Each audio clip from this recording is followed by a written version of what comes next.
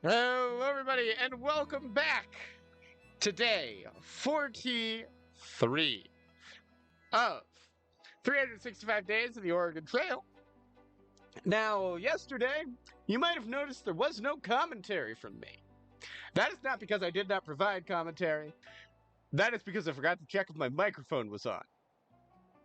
Anyway, for day 43, the final day, the most important day, we shall continue.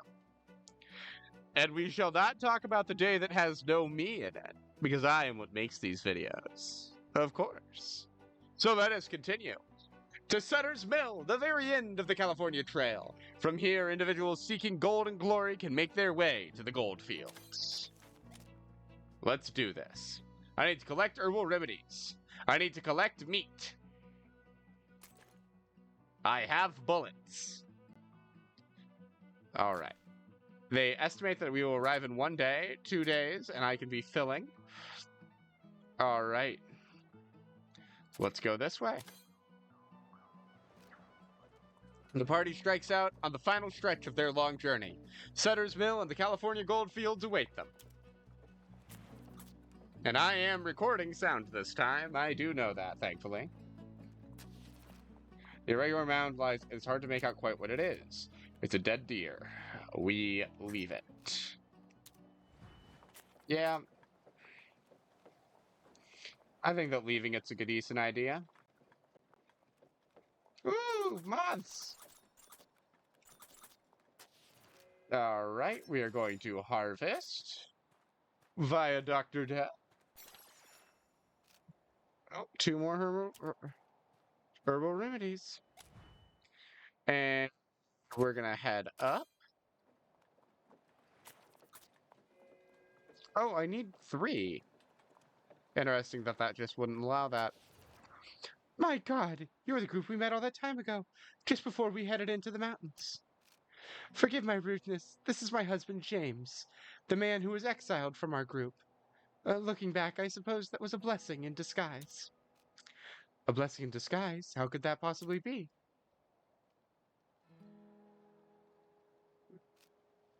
Margaret, why don't you go rest? You need it, after what you've been through. No. I want to talk to them. I need to get used to talking about it anyway. It's not like they'll be the last task. It happened just after we met, in fact. Our party traveled into the mountains, hoping to cross them quickly and reach Sutter's Fort before winter. But an early snow set in, and we had to set up makeshift cabins to wait it out. The snow never did thaw, though. Most of our oxen had run off or starved, and we had no more provisions. Well, we struggled to endure through that. After I was exiled, I traveled ahead of the wagons and crossed the mountains first, then I waited. Each day they didn't arrive, I felt as if my heart was on tenterhooks. After much time, I was finally able to convince a rescue party to come search with me. When we arrived, some of the things we saw, well, they surpassed the limits of description, and almost of imagination. James. Oh, yes. Well, it is what it is. I did what was necessary to survive. For our children to survive. Is there anything else you wanted to ask us? We'll answer what we can, but we must be getting back to the children soon. I'm asking about George Donner. We weren't able to take him with us. He was too ill to walk. Must have cut his hand or something. He has a nasty infection all the way to his shoulder. His wife, Tamsin, stayed with him though. And the next relief party was right behind us, so I'm sure he'll be fine. Is there anything else you wanted to ask us? We'll answer what we can, but we must be getting back to the children soon. Just after we'd set up camp in the mountains, a storm blew in that lasted for 8 days straight. So many of our oxen died during it. I even had to promise the Graves I'd pay them double for some of their oxen once we made it to California. Of course, we all eventually became desperate and they came to collect. They took the last of the hides we had to eat. I suppose it was fair. There's no use for money when you're starving.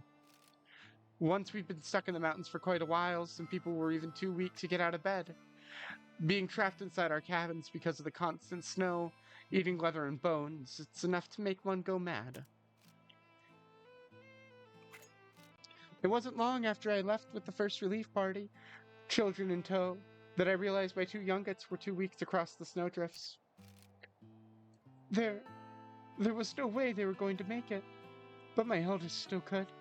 One of the men offered to go back with little Patty and Thomas and leave them in the care of the families that hadn't left yet. And I had to just let them go. Do you know what Patty told me before they went back? He said that if I never see her again, I should do the best I can. How can a child, not even 10 years of age, come to be so selfless? James, I'm gonna go check on the children now. Apologies for cutting this short, but I am glad we bumped into you folks again. Please stay safe on the rest of your journey. And look out for your own.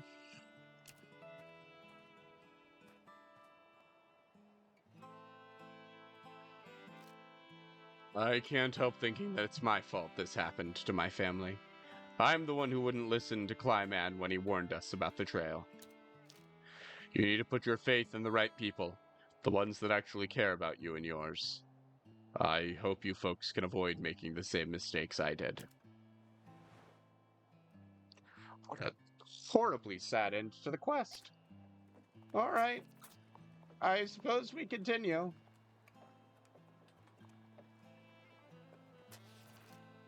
Ah, Travelers. It's good to see you again. I wish we were meeting under better circumstances, but I've recently come down with a terrible illness. Were you able to decipher the map I gave you and confirm the existence of my meteorite? I fear that I might not be able to return to the site myself, given my condition. We did indeed find it in the Sierra Nevada, just as you described. We even took a sample from the site. We ended up selling it to the cavalry soldier. It'll be added to the Smithsonian collection in Washington. Wait, you found a meteorite in the Sierra Nevada? But I thought I gave you a map to Port Orfield in Oregon. There seems to be a miscommunication. What you found isn't my meteorite at all. The conclusion is obvious. My geologist's intuition is so powerful that even an upside-down map has led you to a scientific breakthrough. Fascinating. I'm even more talented than I thought. Yes, ever since I discovered those dinosaur bones in the Midwest, I've known that I have a knack for digging. As expected, paleontology and geology are basically the same. I wonder if I should become an archaeologist, too. If I can overcome this dreadful illness, then I must return to Port Orfield and recover the rest of my meteorite. I'll also travel to the Sierra Nevada to investigate your discovery. We're going to become rich and famous, friends. Once again, I bid you farewell.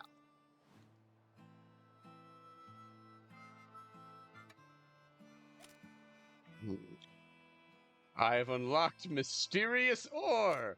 The hell does that mean? All right. Clothes. Use them. Oh, wait. I have this for a reason. Okay. All right. We continue. It will be okay.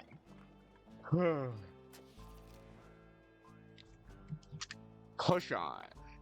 Yep, we do. And apparently we're going to some hunting grounds. We're gonna make it. Yes, be scared of the nitro. Use the clothing. Use the clothing. As we continue. Nope. Moth. Moth. Madame Mountain.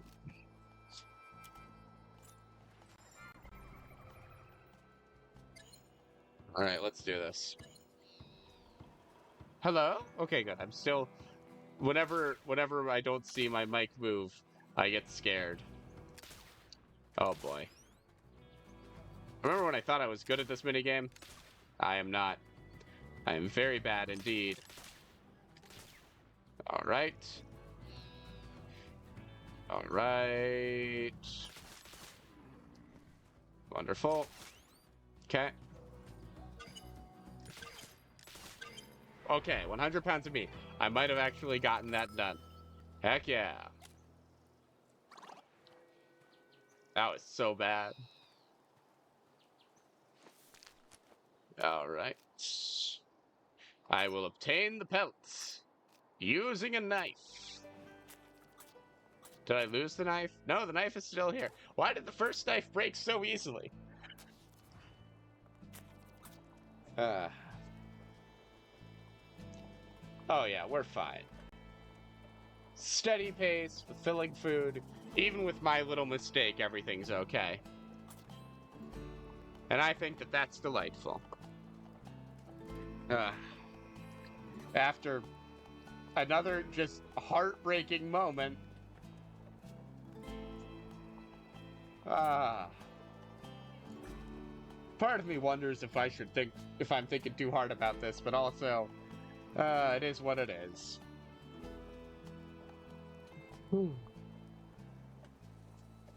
There's something up ahead. Yes, it's the place we've been trying to get to. Hooray! We made it! At last, Sutter's Mill, the end of the long and harrowing trek from Fort Hall. Originally a sawmill, this site is now bustling with the activity of hopefuls searching for gold.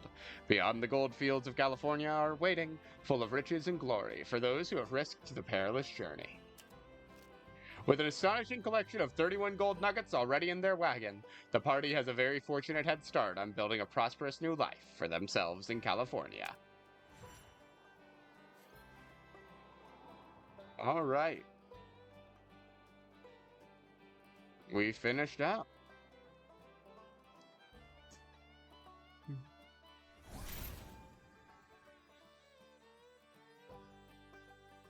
Congratulations. Your party has reached Sutter's Mill.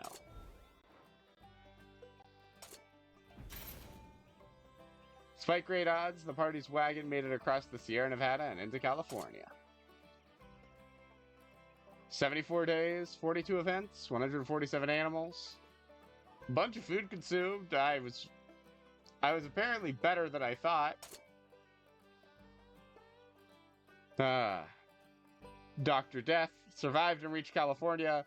Broken leg. Whereabouts set up a business selling wheelbarrows to other prospectors, making far more money than mining. Meta Mountain survived to reach California. Became famous for creating tasty dishes for the wealthy and for hungry miners. Sir Liar donated large sums of gold to charitable causes over many years, becoming a local legend.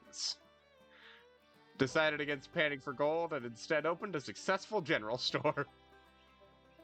No one mind a goddamn thing. Heck yeah. That feels like a respectable score. Oh.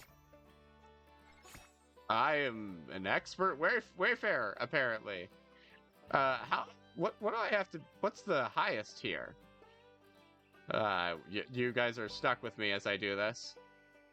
Expert trail guide. Master trail guide. What? Prospector class unlocked. Wonderful. You know, we had some good times on this trail. Over the 1,149 miles we traveled. I have only killed 7 people. Well, join me tomorrow as we decide as I decide what I do next. Thank you all so very much for watching. Please join me tomorrow for day 43 of my excellent adventure, or day 44. Am I a fool?